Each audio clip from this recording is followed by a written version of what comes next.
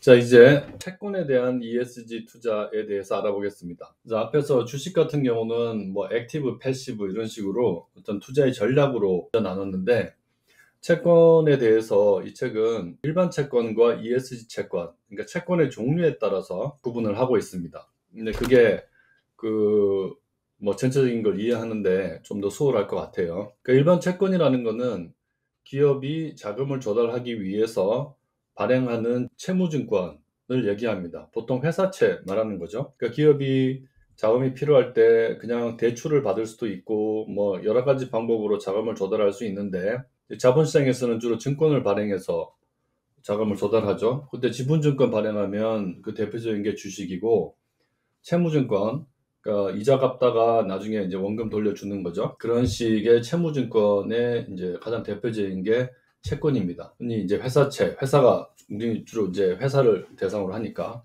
회사채가 제일 대표적이고요. 그런 이제 어떤 특정한 목적을 가지지 않고 자금을 조달하는 것 자체를 목적으로 발행하는 채권이 이제 일반 채권입니다. 보통 그냥 채권이라고 하면은 이걸 말하는 건데, 뒤에 나오는 ESG 채권하고 이제 대비시키느라고 이제 일반 채권이라고 이제 이름을 써놨는데요. 이제 이 채권에 투자할 때는 ESG 투자를 좀 하고 싶다 그러면은 그 방식이 주식하고 똑같습니다. 그러니까 주식 같은 경우도 이제 그게 이제 패시브든 그 액티브든 주식 자체가 ESG 평가 내지는 ESG 성과가 좋은 기업의 주식에 투자하는 거죠. 그게 이제 ESG, 그 주식에 대한 ESG 투자라면, 채권도 똑같이 기업이 ESG 그 성과가 좋은 기업이 발행한 채권에 투자하는 게 뭐 제일 이제 흔한 방법일 겁니다. 근데 그걸 하는 방법에도 아까 주식에서 뭐 액티브든 패시브든 이제 개별 종목을 직접 취득하는 수도 있고 이제 간접적으로 펀드에 가입하는 수도 있고 뭐 그랬었는데, 채권도 그건 뭐 똑같습니다. 그래서 일반 채권 같은 경우는 앞에 주식에서 설명한 거하고 많이 다르지 않습니다.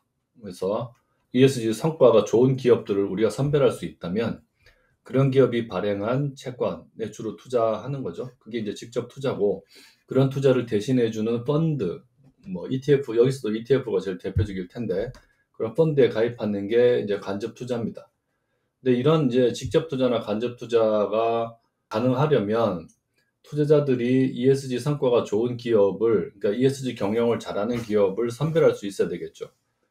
근데 그 수많은 기업의 재무적인 성과를 분석하는 것도 사실 쉽지 않은 일인데, ESG 경영을 잘하는지 안 하는지를 투자자가 일일이 분석하는 것은 굉장히 어렵습니다. 그래서 이런 게 가능하려면 이제 시중에 채권 발행하는 기업들에 대해서 우리가 보통 신용 등급 매기듯이 뭔가 이제 ESG 성과의 수준을 숫자로 또는 뭐 등급으로 볼 수 있도록 해주는 그런 서비스가 좀 있어야 되겠죠.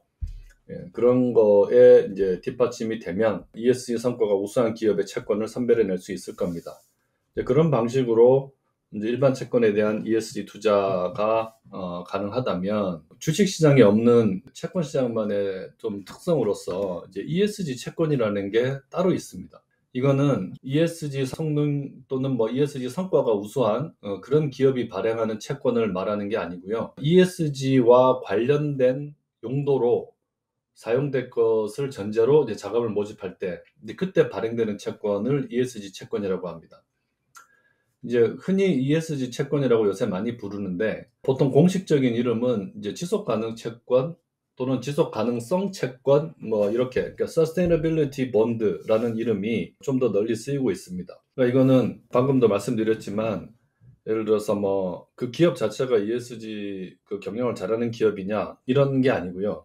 그 어떤 기업이든 환경 문제의 해결에 도움이 되는, 또 그걸 목적으로 하는 어떤 사업, 또는 사회 문제의 해결을 위해서 그것을 목적으로 하는 사업, 뭐 지배구조도 마찬가지고 어쨌든 주로 환경과 사회 문제겠지만 그런 것들의 이제 해결을 위해서 도움되는 그런 사업을 할 목적으로 자금을 이제 조달할 때, 그때 이 채권을 발행해서 조달된 자금으로는 그런 데 쓰겠습니다 하고 발행하는 채권이 ESG 채권입니다. 그 기업 자체가 뭐 ESG 등급이 높냐, ESG 성과가 우수하냐 이런 것과 관계없이 자금의 용도와 관련된 거죠. 이런 채권 같은 경우는 말 그대로 저 채권을 통해서 조달된 자금이 이제 ESG 문제를 해결하는 데 쓰일 것이기 때문에 그런 채권 사는 것 자체가 ESG 투자가 되겠죠. 이제 그런 겁니다. 그러면은 저런 걸 누구나 우리 회사는 이렇게 조달된 자금을 뭐 어떤 사업에 투자하겠어요라고 그냥 선언만 하면 무조건 ESG 채권이 되냐 하면 그렇지는 않고요.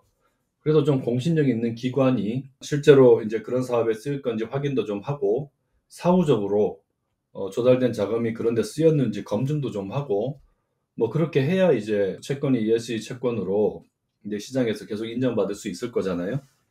그래서 그런 일을 이제 하고 있는 그런 공신력이 있는 기관이 어디 있는지를 아는 게 우리한테는 중요합니다. 여기 보시면은 그런 일을 하는 이제 공신력 있는 기관으로서 ICMA하고 CBI 두 개 기관을 이제 이 책은 소개하고 있습니다. 이제 좀 글로벌한 기관 두 개만 이제 소개하고 있는데요.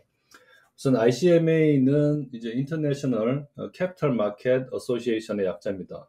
그래서 국제 자본시장 협회라고 보통 번역하는데 자본시장의 전반적인 걸 다 다루는 협회라기보다는 주로 이제 채권 관련된 내용이 이 ICMA에서는 이제 주로 많이 이제 다루치고 있습니다. 이건 이제 뭐 이익단체로서 협회의 성격도 좀 가지고 있고 자기들끼리 회원사들끼리 뭔가 자율 규제를 하는 그런 자율 규제 기관으로서의 성격도 가지고 있습니다. 그래서 ICMA는 ESG 채권 외에도 자주 언급되는 단체이기 때문에 이름을 알아두시기 바랍니다. ICMA는 이제 ESG 채권을 지속 가능 채권, 그 다음에 녹색 채권, 뭐 사회적 채권 이런 식으로 부르고 있습니다. 우선 이제 ESG 채권을 이제 포괄적으로 부르는 이름은 지속 가능 채권이고요. 이게 Sustainability Bond고 이거를 좀 구체적으로는 녹색 채권과 사회적 채권 이제 두 가지로 나누고 있습니다. 그린 본드하고 이제 소셜 본드 뭐 무슨 뜻인지는 이제 아시겠죠?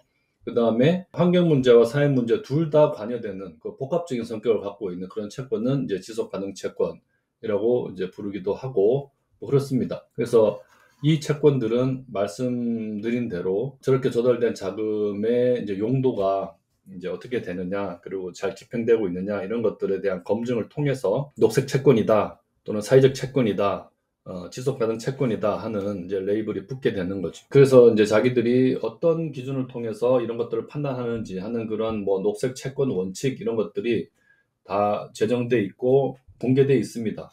그래서 궁금하신 분들은 ICM의 홈페이지 가서 이런 것들을 좀 받아서 보시면 뭐 이런 이제 엄격한 기준을 통해서 지속 가능 채권을 인정을 하고 있구나 하는 것을 아실 수가 있고요. ICMA보다는 좀 더 스페시픽한 그런 단체로서 이제 CBI라는 데가 있습니다. 이게 Climate Bond Initiative의 약자인데요.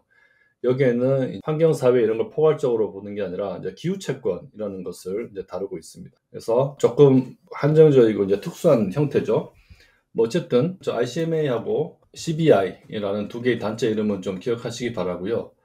저 ICMA하고 CBI가 제시하고 있는 이제 가이드라인들이 있잖아요. 이제 그런 것들을 준용해서 꼭 저 기관들만 ESG 채권 인증을 하냐 하면 그렇지가 않고요.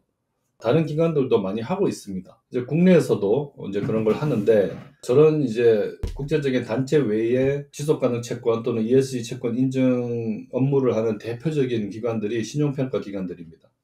신용평가 기관들이 개별 기업에 대한 사정이나 또는 발행되는 증권 이런 것들을 실사하고 하는 그런 기능들이 이제 많이 발전해 있기 때문에 ESG 채권 인정하는 업무도 이제 굉장히 발빠르게 하고 있고 국내도 뭐 한기평, 한신평 뭐 이런 그 신용평가 기관들이 대부분 이제 저런 그 국제적인 기준들을 준용해서 이제 지속 가능 채권 또는 ESG 채권 인증 업무를 하고 있습니다.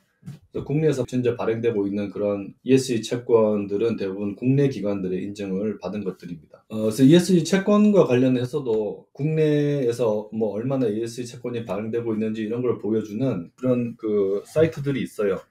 인터넷에서 이제 사회 책임 투자 채권 이라는 이제 KRX가 한국거래소잖아요. 이제 이쪽이 이제 주식이든 채권이든 발행되고 유통되는 것과 관련된 정보를 이제 많이 제공을 하고 있는데 이 사회 책임 투자 채권이라는 이제 이 플랫폼도 운영을 하고 있습니다. 여기 보면은 국내에서 뭐 녹색 채권, 사회적 채권, 지속 가능 채권 이제 의미는 아시겠죠? 이런 것들이 신규로 이제 어떤 것들이 발행되고 있고 뭐 상장된 게 뭐 얼마나 되며 하는 전체적인 이제 시장 상황을 이렇게 많이 집계해서 이제 보여주고 있습니다. 그래서 이런 사이트를 참고하시면 시장 정보를 이제 많이 좀 얻으실 수가 있고요. 방금 이 사이트 보시면은 종류 중에서 지속 가능 연계 채권이라는 게 있거든요. 개념에 대해서 설명드리겠습니다.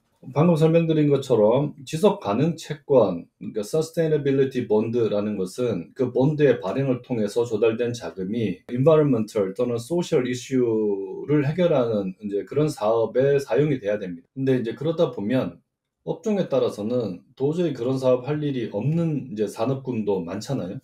이제 그런 데들은 저런 이제 지속 가능 채권 발행할 일이 없기 때문에 전반적인 지속 가능 금융 시장의 뭐 발전에 있어서 좀 한계가 있다. 이제 이런 인식들이 많아졌어요. 그래서 저 채권의 범위를 좀 더 넓혀서 자금의 용처를 따지지 않고 그 어떤 기업이든 그 어떤 용도든, 그러니까 일반적으로 채권 발행할 때 뭐 여러 가지 용도로 쓰려고 자금 조달을 하잖아요.